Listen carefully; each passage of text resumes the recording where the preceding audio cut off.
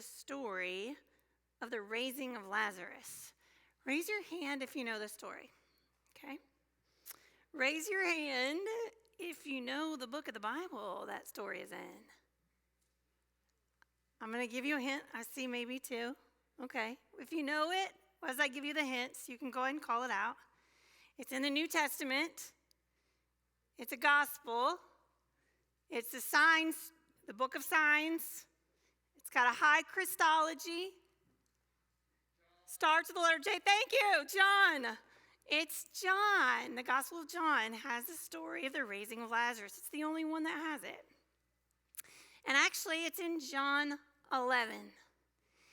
And the raising of Lazarus story is long. It's really long. It's longer than you think. It's actually 45 verses.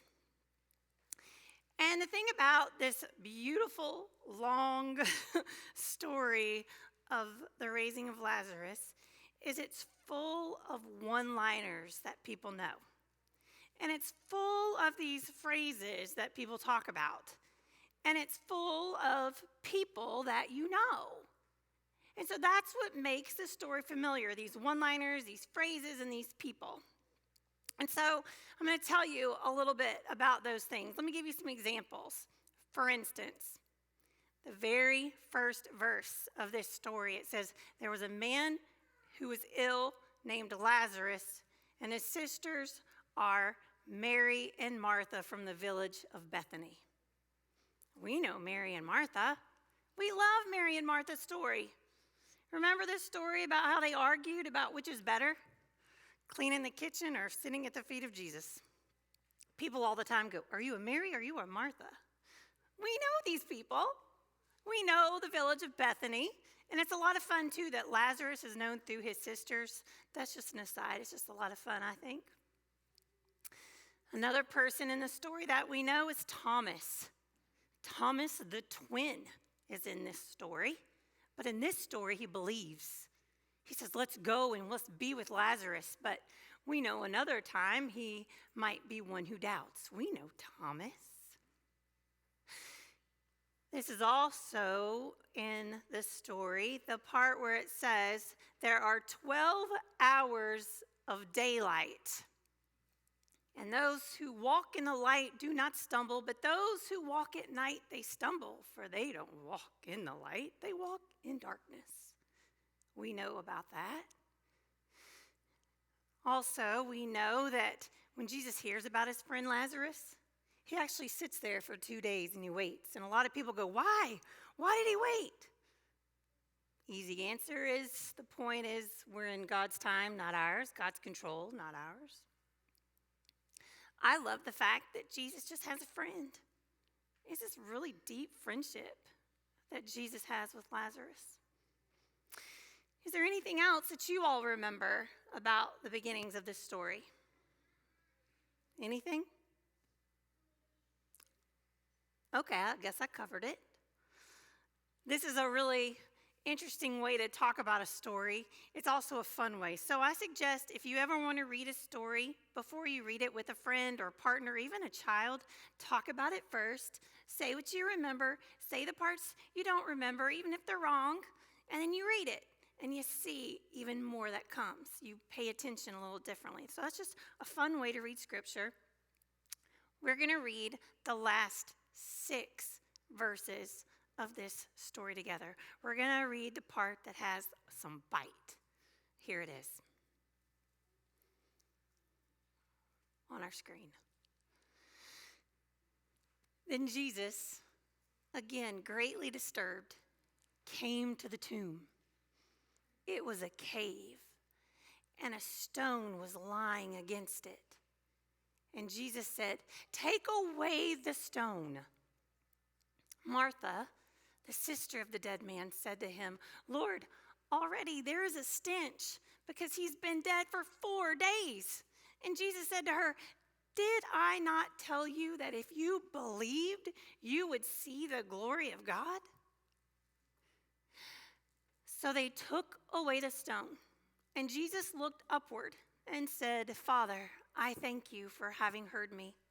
I knew that you always hear me, but I have said this for the sake of the crowd standing here, so that they may believe that you sent me." And when he had said this, he cried out with a loud voice, "Lazarus, come out." The dead man came out. His hands and feet were bound with strips of cloth, and his face wrapped in a cloth. And Jesus said to them, "Unbind him and let him go." When I hear this, I immediately get chills. Because there are people in my life that I want to see come out of that tomb. But there are people in my life that can stay right there too. If you are interested in the Old Testament counterpart to this story, it's Ezekiel in the land of the valley of the dry bones. And so, if you want to, go read Ezekiel 37, the valley of the dry bones, and then read this story, John 11, all 45 verses, and those two counterpart each other. But this story here of Lazarus in the Gospel of John, this is the 7th sign story. And we know that 7 means whole. It means complete. And so for John, this is the last sign story of its kind. And this sign story is important because it's the pivot. We are the place in the story. This whole story of Lazarus is a pivot. It's the last story of Jesus' physical life before we make a narrative turn, a plot change, and head toward the journey of the cross. And that's exactly where we are this season of Lent. We are right in the story that happens right before the plot change. Because these are the last days of our physical thoughts before we begin to think about the journey to the cross. And so it's very easy to take these days of Lent. It's very easy to take these one-liners and phrase and people of Lent and of the story of Lazarus and just take them at surface value. But we know that they're a part of a larger story. And that's why this story's been on my mind this week. Because I've been hearing a lot of one-liners and a lot of phrases and a lot of headlines about a lot of people. There's a statement that came out from the Pope in the Catholic Church. There was a report of an attack on an Asian American business. And on a night where we thought we would wake up to the signs of a storm, instead we woke up to the alerts of an Amber Alert. And I've been paying attention to these 3 events. And I've been paying attention to the reactions of all these events and the social media world of what the response has been. And it's been saddening and disappointing because they've been talking about how church isn't relevant anymore, so let's just forget about it. And they've been talking about how, yeah, this thing happened, but that's not really my problem. And you know what? Let's just forget that. That does not concern me. And it's causing harm. And it's actually really sad and disappointing to hear about it. Because it is very tempting to put all these different one-liners and phrases and headlines in their place. Be like, that's just about sexuality. That's not mine. Oh, that's just about racism or sexism. That's not something I need to worry about. That's not me. That's not how I feel. Oh, that's just about economic stability. And that is not mine either. It's very tempting to put everything in its place and to compartmentalize it. It's very tempting to do that with the story of Lazarus. Say, you know what, that's just about friends with Jesus. That's just about some disciples. That's just about that family crisis. When really, that story has a lot bigger meaning than that. The story of Lazarus is actually a story about a culture crisis. One that starts with a conflict with a bunch of religious authorities. The Lazarus story has a much bigger context than we remember, because it's a conflict in people who believe, leading us to the journey on Easter morning. So it's very easy for us to keep things in their place, to compartmentalize. Work is work. Vacation is vacation. Play is play. Friends are friends, and never do you put them together. And everything has a time and a place. I used to think that the place where parents should dance is not in the kitchen. And my parents thought otherwise. My parents used to always dance in the kitchen. I would be like, that is not where you need to do that. This is my place. You should go find a fun little dance place and go do it there. I think that's wrong now. I think that anyone should dance with their partner in the kitchen. I think that would be a lot of fun and awesome. Another benign example. My husband, he was buying lunch at this soup shop here in town, and he saw somebody from his church right there. And after she checked out, my husband said, "Hey, Ellen." That's not her real name, I made it up. Ellen. And she looked at Nathan, and you could tell she had no idea who he was. And she's like, "I'm Nathan, your pastor at your church." And she went, "Oh my goodness, what are you doing here?" Said, "You're supposed to be in Sandy Springs at the church in your robe. You're not supposed to be here in Roswell at shorts and a baseball cap buying lunch. You're in the wrong place." We do that all the time. We put people in places, and we put issues in places. We put relationships here, and we put people there, and we put these problems there, and then we stick the real problems, we stick them way down and buried for things never to be discussed again. And the story of Lent is the same as Lazarus' story. The story of Lazarus is about decompartmentalizing our lives so that we can give it all over to our Lord. And the story of Lent, these days of Lent, this is our time to decompartmentalize our lives and know that we are the pivot story that should lead to a high Christology headed to the Easter cross. There's a great book. It's written by a man named Parker Palmer, and it's called A Hidden Wholeness, A Journey Toward an Undivided Life. And I want to read you a direct quote. It says, "I pay a steep price when I live a divided life, feeling fraudulent, anxious about being found out, and depressed by the fact that I am denying my own selfhood. The people around me pay a price as well, for now they walk on ground made unstable by my dividedness. How can I affirm another's identity when I deny my own? How can I trust another's integrity when I deny my own?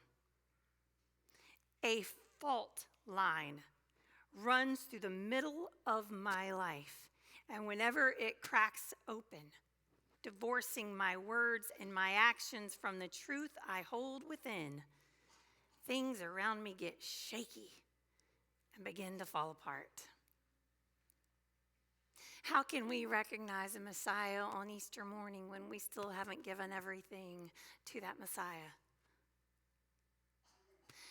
To say it another way, Lazarus has to get out of the tomb so Jesus can get in it. We have to take all of our stuff out so Jesus can infuse it all. So picture with me Jesus standing outside the tomb and crying out, "Come out." Bring out your fear. Bring out your anxiety. Bring out your judgment, bring out your hate, bring out your worry, bring out your illnesses, bring out everything that stinks.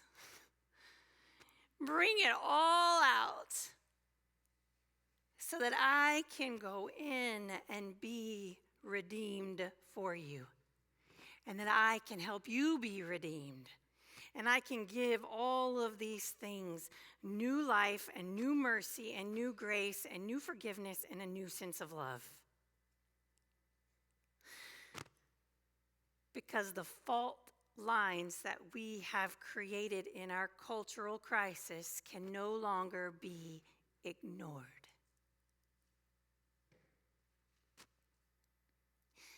And so when we do this together as a faith community, that's when we're going to stay relevant. And that's when we're going to be the real pivot story. And that's how we are going to know that we are celebrating Easter morning. And we're going to do this one act at a time, one person at a time, one moment of death at a time to become new life. We're going to remove all that's not growing and all that's dead, and we're going to watch it grow. A great example of this is a missionary that I talked to. She's actually, when I talked to her, she's already in Africa. She's already in Sierra Leone, and I actually talked to her while she was in her apartment.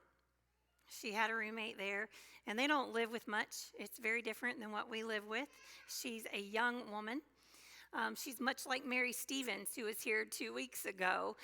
She just happens to already be in the mission field. She, too, is a tech grad. We've been hearing a lot from our missionaries. Mary Stevens and Rusty Gordon was here last week to tell us about our mission projects going down to the Gulf. Our missionaries are very different, and they're all working for the same cause. And it was interesting when I talked to Elizabeth because of something she said. She said, I didn't want to just graduate tech and become another engineer in the field. And she said, but then I didn't want to just graduate and go be a missionary in the field either. She said, I wanted to do something that made all of me make sense. It is pretty amazing. She said, I want to go do something that encompasses my whole life so that I can use my skills and I can use my engineering to do something that God needs me to do. And so I want to share with you what she's doing. It's a video. It's about 4 minutes. And this is a project she's working on called Water 4. So watch the screens.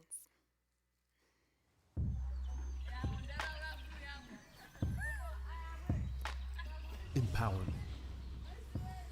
It's what we do. It's who we are. What sets us apart. Empowerment. Because at Water 4, we know ending the global water crisis takes more than wells. It takes people, empowered people, who dedicate their lives to ending the senseless death that comes from this preventable crisis. It's not about us, not about our name, our brand. It's about raising up business leaders who can combat the crisis head on in their own country. Teach a man to fish? No, how about we teach a man to dig deep into the soil and pump safe water into a community for the very first time? How about we come alongside a local enterprise so they can maintain the pumps and keep the water running for years to come? How about we teach an entrepreneur to run their own business, supplying that water to neighbors around them? How about we change the face of a continent, one community, one district, one region at a time through sustainable, reliable solutions? Water 4 isn't some fly-by-night, feel-good activism group. We're not just another charity talking about the issue. We're in the trenches every day with our partners, ensuring this crisis will be eradicated in our lifetime. And to make sure that happens, we fight with fire. Because of our faith in Jesus Christ, we refuse to live in a broken world where those around us live in hopelessness and poverty.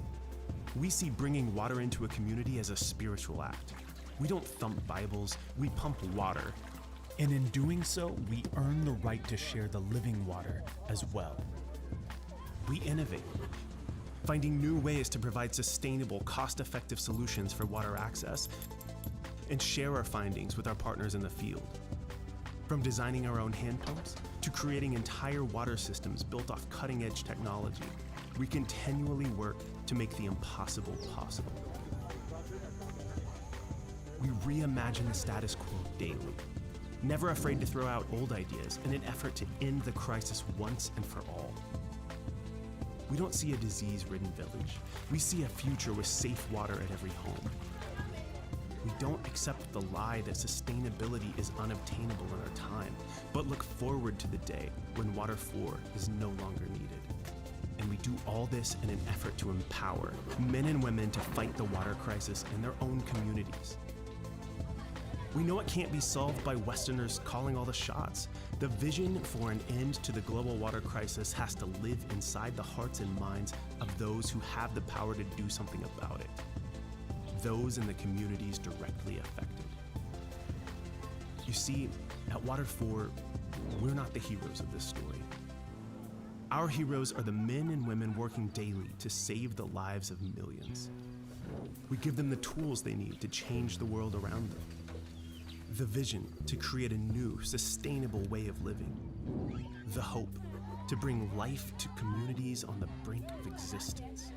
Whether it's the guarantee of a working hand pump, Or safe water for every person in a district. safe water changes everything. And that's why we won't stop until every person on Earth has access. At Water 4, we believe the water crisis has already been solved. Now it's time to end it, once and for all.